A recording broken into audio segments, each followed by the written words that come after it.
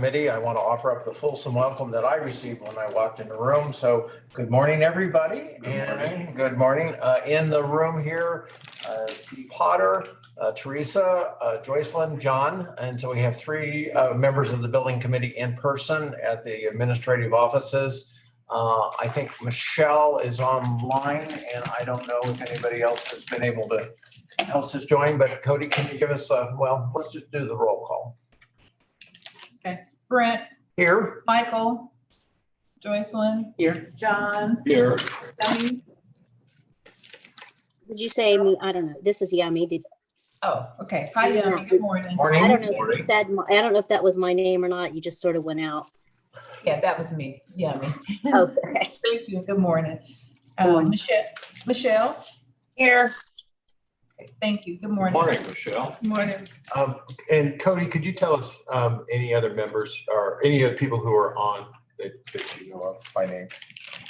Yes, we've got Jim Coulter here, Brad McKenzie, and for staff we have Ellie Garrison, Jim Staley, Juan Fong, and Susan Ray online. Okay, thank you, Cody. The committee is fully constituted with the exception of Michael, who said he would be running a little bit late and would be able to join us maybe in 20 minutes or so. So I'm going to entertain a motion to approve the agenda as published. So move. Okay, John Laney made a motion, second. Second. Joyce. All right, all those in favor, say aye. Aye. All those say no. Aye. Okay, any abstentions? Okay, the agenda is approved. We have the minutes from our January 27th meeting. Thanks to staff who did this. So I'll give people a minute to look at them and read them, and then we'll. Got a question, Brent. I'm sorry. Can we go back for a second? I think when you said any abstentions, or no, did someone say no? No. I think it was a lag. I think It was a lag. It just took me a minute to unmute. So Okay. Thank you. That's encouraging because if we can't approve the agenda, wait till we get to the real items. yeah, if everybody can remember, for those of us that are on, like, I'm muting so you don't have to hear my background noise. So give me a minute to unmute. Okay. So when we get to votes, we'll just slow down a little bit to allow people to Please. manage their devices. So, Thank you. Thank you. okay. Least we can do. So there's the minutes of the January 27th meeting. Anybody inclined to make a motion? I'll move to accept the minutes. This is Joycelyn. Okay, you have a motion. Is there a second? Second. There's a second from John Laney. All right. Oh, slow down here. All those in favor say aye. Aye. Aye. Aye. Okay. Anybody opposed to approval of the minutes say no. Any abstentions? Okay. The minutes are approved. And now we're down to the main item of business. We had a really good conversation about this last time. We had some questions. I think our staff has come back with some answers relative to that. Our construction manager and our design team are here. So if there's additional questions that people might have, I encourage Joycelyn and John to view the meeting and the discussion that we had from our last meeting as good background. And I think both of them have done that. So I will turn it over to staff and allow them to kind of pick up the conversation and away we go. Right. So on the call, Jim Coulter, Brad McKenzie, we'll lean on them. And also Cody missed that Jake is on the call as well. So he can definitely weigh in on this too. What I wanted to do real quickly is just review two of the really important slides that we had at the last meeting, just sort of a reset, and then kind of tell you a recommendation for staff. As you might see, that we did put this as a potential voting item, and I think that there's something that we might vote on around the scope and program. So if we can go to the next slide. You'll remember that Jim Coulter actually, I believe, talked quite a bit about this and talked about, in terms of Grain Valley, we really did have two issues that we were dealing with Grain Valley. As you can see, we've got two lines here, sort of an orange line and a blue line. The blue line was actual and orange line was normal. And what we discovered is that if everything would have held and we wouldn't have had a global pandemic and stay-at-home orders, and if the city of Grain Valley would have been able to do all the things they thought they were going to do, then our plan was to start Grain Valley in the first quarter of 2020. And as you can see, if we would have hit that first quarter of 2020, our projections and escalations and everything would have been almost exactly what we thought they were going to be. Well, it took us a little while for us to regroup, to find the property we needed, to do what we needed to do. And meanwhile, just organically in normal times, if that were happening, as you can see, that there was gaps that were occurring, but even more so than the gaps, the lines were still going up, meaning that even in a perfect world, no pandemic, no stay-at-home orders, no supply chain issues, it's still going to get marginally expensive, more expensive each quarter that you delay a project.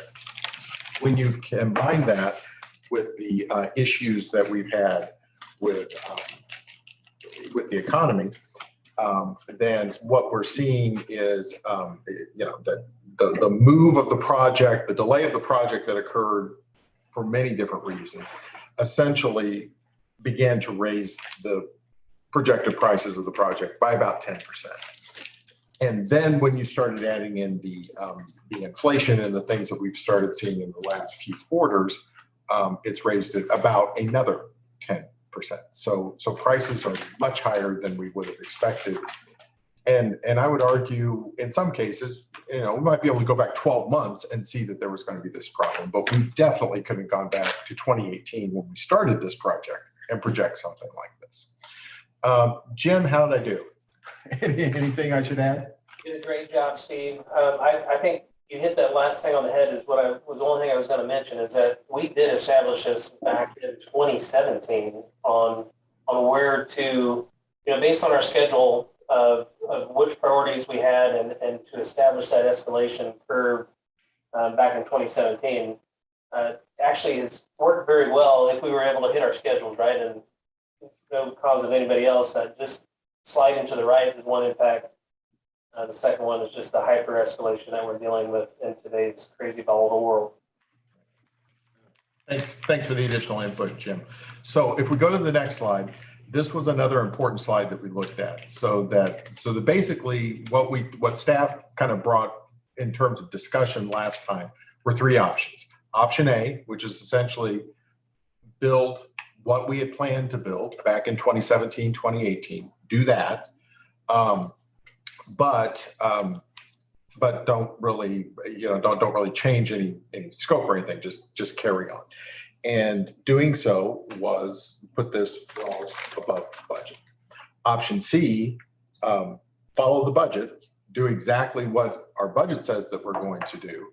But to do so, I believe, and I think most of my team believes, would underconfigure the building. That it would be, although it is still larger than their current facility, our feeling is that we would be losing program and that we would not be in a good position for the future. That we build this and within 24 months, we'd be trying to figure out how to add on to it. So that really, I don't think is a good option. Obviously, the middle option, and being the type of person I am, I'm always looking for the middle option. And the middle option, optimized option, is something that staff felt was a good option. When we looked at this, what it does is it does increase the budget a little. It does decrease the square footage a little based on what we were planning to do. It does remove a little bit of the finish, but it's not like night and day. It's not like you'll walk into a branch like, say, Blue Springs North or Blue Springs South that's been recently renovated and then walk into Grain Valley and say, what happened? They'll still have that same high level of quality. Community room is larger in option B, which is good. that, so this is the place where we're going to be doing the story times. And given the demographics and the young kids that are in the Green Valley service area, it makes sense to have a larger area. And this is about, if I remember correctly, about 200 square feet larger than the existing programming space. So actually either one. Any of the three options is about 200 square feet, 200 to 250 square feet larger. Collaboration rooms, important. Option B keeps the two collaboration rooms. Right now, there are two collaboration rooms at the existing building. And so backtracking to one, I think would be a big mistake. And certainly as we've discussed, I think I've discussed this with practically everyone on the committee, given the option, if we could have doubled the number of collaboration rooms throughout the entire program, it probably would have been warranted. I mean, it's been one of the most popular things that we've done. So decreasing the number here definitely would be not a step in the right direction. In terms of collection size, we put these down here, collection size, just as a point of reference. I think the important thing to understand is that the current building, if we build an option B, we would be able to generally manage the collection that they currently have, and that there would be a little bit of room to grow. Collection size and capacity for collection is changing. The needs for the amount of square footage allocated to collections is changing in the library business. So the fact that it would be a closer analog to Lone Jack than Excelsior Springs does not concern staff at this point. So after discussion and then immediately following our meeting, which really did focus on Green Valley, although we talked a little bit about the impact on East Independence as well. Jim and Brad and Jake and I started looking at this and started looking at, so what if we took both of these work packages? We took work package 9, which is Green Valley, and work package 13, which is East Independent, built them both as option B. So build both of these as a 12,500 square foot building. If we do that, then what that would allow us to do is take a little bit of resources from East Independence to use at Green Valley, build down East Independence a little bit, which makes some sense. I mean, there's growth on the east side of East Independence, but it's not growing as quickly as we thought it was going to grow. So, and build and design the buildings in such a way that we could easily add 5,000 square feet. So purposefully think about how we're building the building to make sure that that we don't do like we did at Old Red Bridge, where the workroom was split between two different areas of the building because of how we did the renovation. Purposefully think about how we're building this. And so with that in mind, what staff wants to recommend to the board for consideration is possibly a motion to amend the capital improvement and replacement plan, changing the scope of work package 9 and work package 13 to 12,500 square feet each. And in doing so, we believe that using the money set aside in that J.E. Dunn current, plus some savings in the land acquisition that we talked about, plus our contingency, we should have more than enough money to build both of those buildings at 12.5 and essentially in the capital plan. We will have kept all the promises that we made to the voters, understanding that we took Riverside out, understanding that's kind of a separate discussion now. So that's the recommendation that staff would like to make. Brad, Jake, before I turn it back to Brent, anything you would like to add? I guess one of the things, Steve, you talked about expansion, and that is something that we had already started to look at. And the way this particular building is laying out, it looks like it would be pretty simple to plan for that. So keeping that in mind, like you said, Steve, the intent would be that if in a few years you decide you need more square footage, we're going to already have that thought through. That way you can come back and do it. Obviously, budget allows, you want to do as much as you can, but like you said, the finishes on this, you won't really tell any difference between this project and other projects, it'll still be the same quality. An example of what Brad's talking about is something that we did at Platte City. If you remember, or if you ever visit Platte City, we've got the 15,000 square foot building. We've got the drive up, so everything goes around the building. But on the west side of the building, there's this flat grass area that's right there. And it's designed to eliminate the big glass wall on the west side of the building and just go straight out 5,000 more square feet without having to worry about cannibalizing parking or any of those. That's the type of intentionality that we're talking about on these two properties. So Brent, I guess back to you. Questions from members of the committee?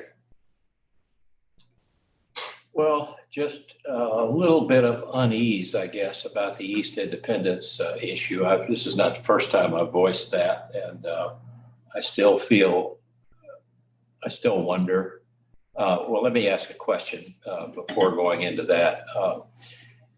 We had budgeted for Riverside $750,000 in the capital plan, right? Mm-hmm.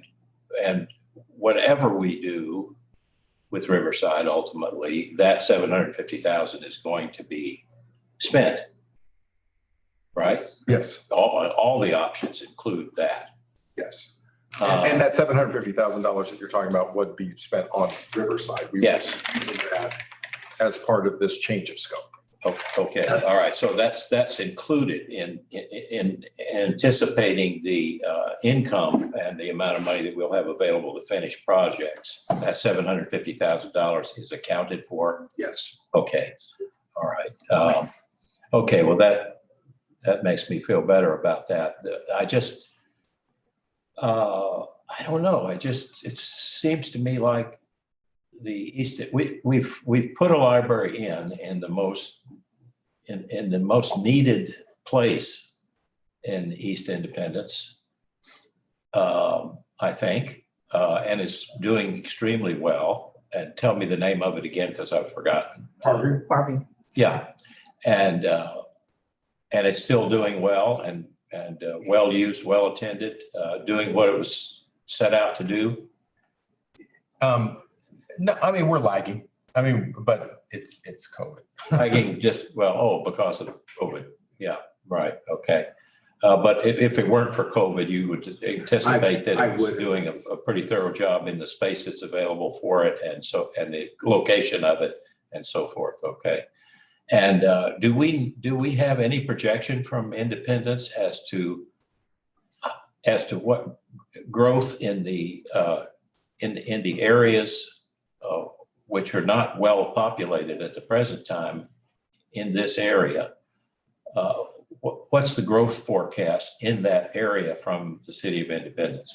The city still believes that there's going to be 20,000 houses built on the east side of Independence between 7 Highway and 291. They are not changing that projection as far as I know, unless you've heard anything different, Brent. The one thing that I always want to caution is that I would suggest that we have been underconfigured in East Independence for probably 20 years. That if you look, there's considerable density between 291 and we'll say Little Blue Parkway. We'll just choose that. I mean, once you get right to Little Blue Parkway, it gets pretty sparse. But there's considerable density that's been through there for 40 years. Traditionally, that has been communities of 2-car garages and 3 cars and fairly affluent, and it wasn't too much of a problem for those people to get in their cars and drive to South Independence or drive to Blue Springs North. Yeah. Those communities are changing. They're changing considerably in terms of demographics. And what we're discovering is that it is becoming more of a challenge for those folks to make it to our existing libraries as they flip the houses and multiple new generations come in. It is still based on the census projections that we looked at. I mean, we looked at the 5 fastest growing in Jackson County census projections. The southern part, which is not covered by Farview, is still in the fastest growing projections according to the Department of Commerce, City of Independence, Mid-America Regional Council and all of that. So some of this is not just looking toward the future, it's also looking backward, where I would argue that we have not done what we were supposed to do, or probably should have done in the past. Okay, thank you. I'm satisfied with that. Other questions from the committee? Michelle, Yemi?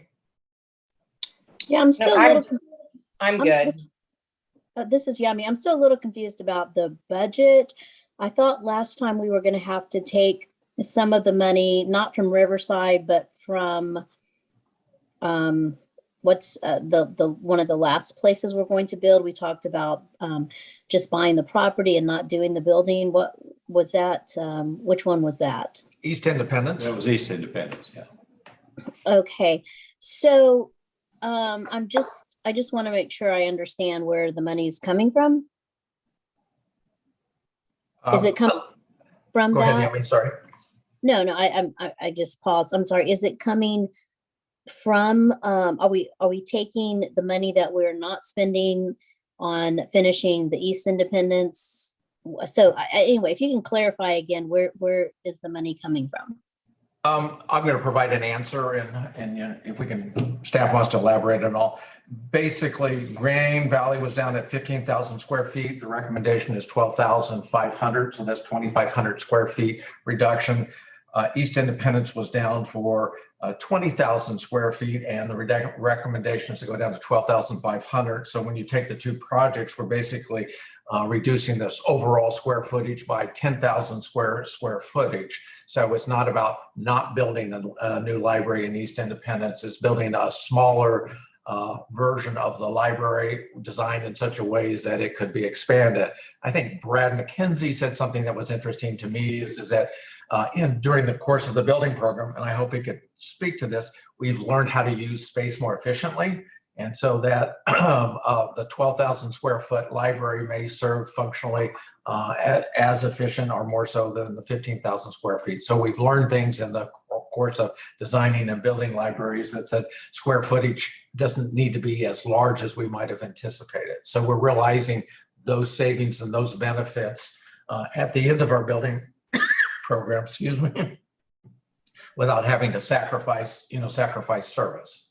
Yeah, Brent, I think you said that pretty well.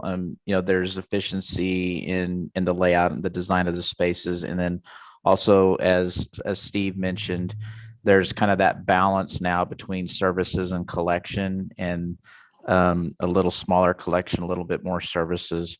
But talking with Steve and staff, we feel like we can get what we need to in the 12,500 square feet, as long as we, allow for that potential future expansion for growth, 8-10 years down the road. And so to really bottom line this, if I can, is that the money to do what it is that we're talking about is within the existing capital improvement and replacement plan. So in terms of hard costs, the goal is still that in terms of hard costs, we'd still be bringing this in at about $84.5 million plus contingency. That total cost would still be $113.2 million, which that's been the budget from the beginning. That's the pile of money that we've been working on from the beginning. We're not looking to use any other sources or resources at this point in time. So this is Brent Shuttle. I remember Michelle's admonition, stick to this plan and stick to this budget and get this in here. And I see a path to be able to do that. And frankly, that's pretty extraordinary given the number of projects that we had, renovations, new constructions, and all that's involved. And we're lucky that we got started when we did, because if we had drug this, planned this out over a 10-year period, we would have been subject to a level of inflation that would have made that difficult, if not impossible. There is one other thing that, sometimes you learn something as you're leaving the meeting and it comes to mind. There was the conversation about there's $750,000 in the budget for land acquisition for East Independence. And one of the options that is under active consideration, might involve a land swap. And so if that was the choice that we made, that would liberate or free up another $750,000 for purposes of this. So I think we were anxious about, is the money available to support this project? I think the staff going back and looking at Green Valley and East Independence together, the reduction of the 10,000 square feet, other sorts of things. The answer to that is in the affirmative. The money is available within the capital committee dashboard, and to John's point, that's not by sort of saying, well, we borrowed it, we pulled it off from Riverside, our original commitment to Riverside. That's still over there. So if I mischaracterize that, somebody should correct me. So That's right. Yeah, it just seemed like the last meeting we were trying to figure out where the money was going to come from. So, I mean, this makes sense as long, I'm happy as long as it's somewhat, within the budget. okay. I'm just going to do a round robin. Joycelyn, any questions or comments? Basically a comment. One, and I've had many discussions with the chair and with Mr. Potter as well. My main concern was one, staying within budget, but most important was fulfilling the mission of our charge to and what we promised. And I'm satisfied that option B would meet that while also keeping us within budget. I was most concerned that 2 meeting rooms be retained and we wouldn't be compromising on the size of meeting rooms, because those have been most instrumental in helping communities build, recover, and enhance their lives. So in addition to everything else we do, I believe that our buildings have become an increased resource. And I think it's important for us to maintain the quality of those resources across the board of the different projects that we're working on. And I'm satisfied that the optimization done in option B will satisfy that. Okay. Michelle, jumping around. No, I mean, I very similar to what Jocelyn's saying. I'm happy with this, with what was presented today. Okay. Yummy.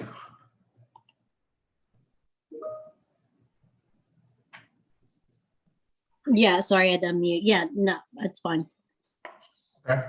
John?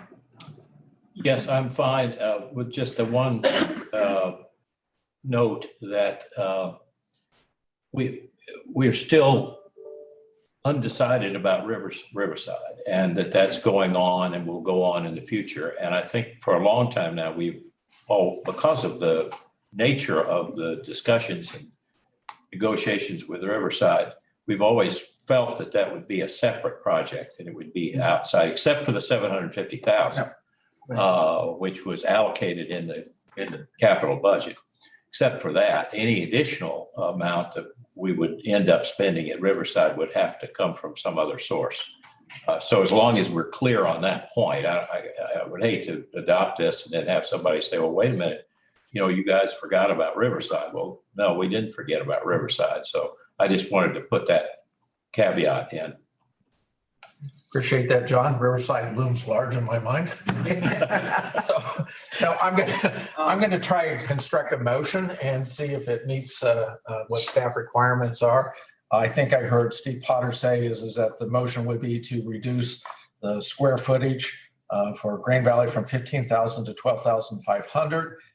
With that's work package number 9, and in work package number 13, East Independence reduced that from 20,000 to 12,500, and as implicit in that, that our preferred design for that is the option B, optimize, which is being presented for Green Valley, but also would be applied to the East Independence. Need a motion? It sounds like that. Yeah. That is my motion, what you just so nicely said. Okay. Is there a second? I would second that. Okay. Any further discussion?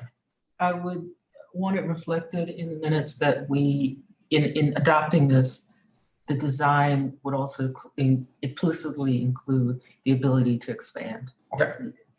All right. Take that as a friendly amendment and anyway. Right, I definitely agree with what Joycelyn's saying, because Okay. we have to have that. Okay. Yes, me too. This is yummy. I all right. agree. Any further discussions or clarifications? Teresa, is that clear enough for you? Yes, I'm Okay. really know that right now. All right. Michael's also joined us. Yeah, I'm sorry. I was going to mention that. Michael has joined us. Okay. Michael, we're anxious to hear from you. Good morning. Good morning. Sorry I'm late. I knew I was going to be late. And anyway, after reading through all the things that Steve sent out and all the other discussions we've had, and just coming in on the tail end of what you guys have talked about, I would be in agreement with what you've said as well. Okay. Well, then I'm going to call the question. All those in favor say aye. Aye. Aye. Aye. All those opposed say no. And are there any abstentions? So to my ear, the motion passes unanimously from the building committee, and we will present this at the full board meeting. Kind of like the Riverside discussion, the more we talked about it and, took multiple discussions about it all, I think we came to a thoughtful decision, and I appreciate people's patience. I really appreciate the professionals who are on the call with us to help us understand the impact of delay and the ability to optimize space. And these are things that we benefit from their presence. And so we appreciate them hanging out with us this morning. So we did that in a rather expeditious fashion. So there are a few other agenda items. If we can go back to the agenda, I might ask visitor comments. We have no visitors with us. Teresa, did you have any visitor comments? No, I did not. Okay, great. I conferred with Steve. There's no reason to go into closed session for land acquisition because there's no specific update, continuing to, investigate the things that we talked about last time in sort of closed session. And then I asked Steve maybe if he could give a general update about different projects, or Jake, and then see if there are any questions from the committee members. And then that would probably cover today's business. Right. So let me start and then I'll pass it to Jake. So just a handful of things to keep in mind or to talk about. I mean, I'm not sure how broadly I shared this, but apparently our title company that we've been working with the city of Grain Valley has been subject to the Great Resignation as well. And so we kept sending all of our documents to this title company, and Grain Valley kept sending all their documents. And eventually we picked up the phone and said, why don't we have a closing date yet? And they go, oh yeah, she doesn't work here anymore. And so we've kind of completely restarted it. In fact, as of yesterday, we got the affidavit over, that shows the authorization for staff to buy the property. My guess is that we will officially, completely own the property at Grain Valley in the next 2 weeks. I mean, based on the amount of email traffic and everything that we're dealing with right now. In terms of East Independence, we're continuing to work on that. We still have the two, the properties that we were talking about before. We're continuing to kick the tires and work on that, but there was nothing really actionable to report, so I didn't. In terms of Riverside, which I think is worth discussing, we have, as you remember, we had a couple of contract documents that Jake had put together. We said that we'd have Jake put those together, get everybody pretty comfortable with them, give them to Phil, let Phil do his job, make sure that it was okay. Phil returned those to us with really, Phil's point was to clarify a little bit of ambiguity that was in the language. So that he said that there was no reason not to sign these, not to interact with these as they were. He would just prefer for us to clear up some ambiguity on a couple of paragraphs. It was, like I said, nothing substantial. So Jake made those changes. We gave them back to the city of Riverside. It's now in Riverside's court. And they are working on that. Our plan is, our intention is to have Riverside sign off on everything, have them be comfortable with it, and then we'll bring it back here for committee and board to be comfortable with signing off on the new documents. I think that's what I've got in my court. Other stuff to talk about would be just general construction update, which I would want to turn that over to Jake to kind of let you know the latest and the greatest of where we are with the various buildings. Go for it, Jake. Thanks. Good morning, everyone. It's we're moving right along with both Green Hills and Lee Summit. It's looking like Lee Summit is going to come in substantial completion. Originally was middle of April. We're still hoping that it's going to be middle of April, but some of the weather has caused some concerns. So there's a possibility that it might slip just a little, not much. So that's really exciting. I mean, and if you've had a chance to drive by, it really looks different. I'm super excited about it. Green Hills is just, I mean, Green Hills is moving along. There's glass in there now. It's got they've got the inside. They're just churning and burning on it. We just went through and we've pretty much finalized the kitchen equipment that we're going to purchase to put into it. It is looking like it's going to roll around the middle of July, and we're hoping to have that open late summer.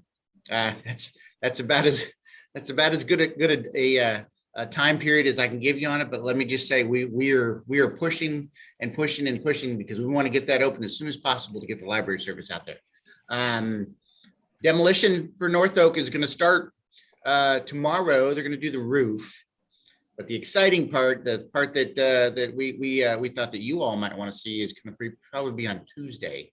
They're going to do the roof on Friday and Monday, and then Tuesday, which is supposed to be a really nice day, about 63 degrees. They're going to bring down the sides. So if you all are interested, we will continue to keep you updated on that. That's pretty much. And it. that was different than the email that we got, right? You are correct, Michelle. The original email had a different timeline. I sent another email late yesterday that had the timeline that Jake just outlined. Oh, okay. Sorry. I guess I haven't seen that. No, that's okay. No, it just came out. So. Well, I apologize for that being different to you all. I wanted to give you the most recent information that I had so that you all would know. But yeah, I think that's I've brought you pretty much up to date. We've got I'm really happy with the progress that we're making, and I'm hoping that the weather continues to hold up so that we can continue to move forward and bring these things on in time. Are there any questions that anyone has of me?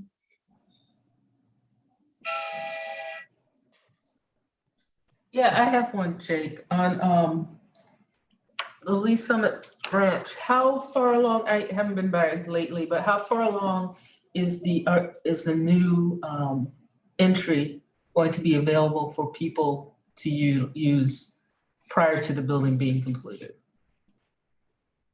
Because that was a problem. The entry, you mean the drive lane? The drive lane that has been reconfigured because that's a kind of a major entry point for a lot of people. And I was just wondering, when will that be open again for use? But I know it will be before the library is completely finished. Well, we actually discussed that and went forward. And from a safety viewpoint, we're going to probably that entry point is going to be open when we're about ready to open the library itself. So I would say closer to end of March, first part of April. And the reason for that is because if we opened it up right now, for example, people would be driving through the construction site, so to speak. And there's just a lot of things that could go wrong. There's a lot of things that safety wise, and I just didn't feel comfortable doing that. So I hope that you're okay with that. But that was kind of my decision on that. That was my concern, and you've answered it. Thank you. Well, and even, you know, I think Jake's thinking really big picture, which is a good way to be thinking about it. But everyone who drove through there and had a flat tire later in the next 2 months Yeah, would blame us for construction debris. And I don't think we've got enough money to help patch everybody's tires in Lee Summit. because prior to, the way it was configured before, it was a speedway through there.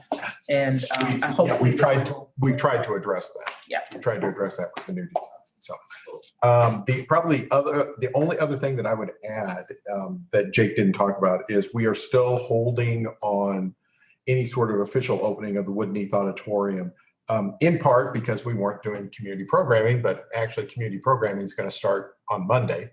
But the bigger issue is still supply chain issues. Some of the technology that's in that space, computer dependent, we are not able to get everything that we need. So as soon as we've got all the AV and everything up and running the way it's supposed to be, we'll start using that space. So. Yes, thanks, Steve. Thanks for that.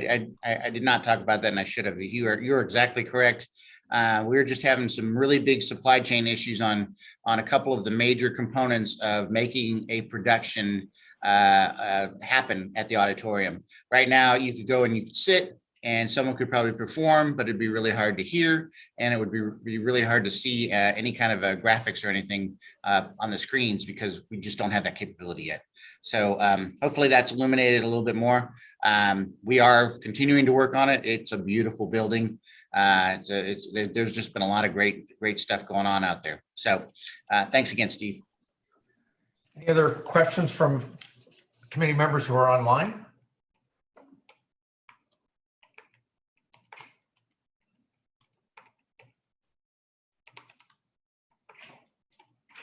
Any questions from committee members in the room? I appreciate people's time getting together, and we provided sufficient strategic direction to bring to the full board so that we can sort of finish out our ambitious building program. So Chair will entertain a motion to adjourn. So moved. Is there a second? Please. Second. Okay, I heard a second. All those in favor say aye. Aye. Aye. All those opposed? All those who abstain? We are adjourned. Thank you.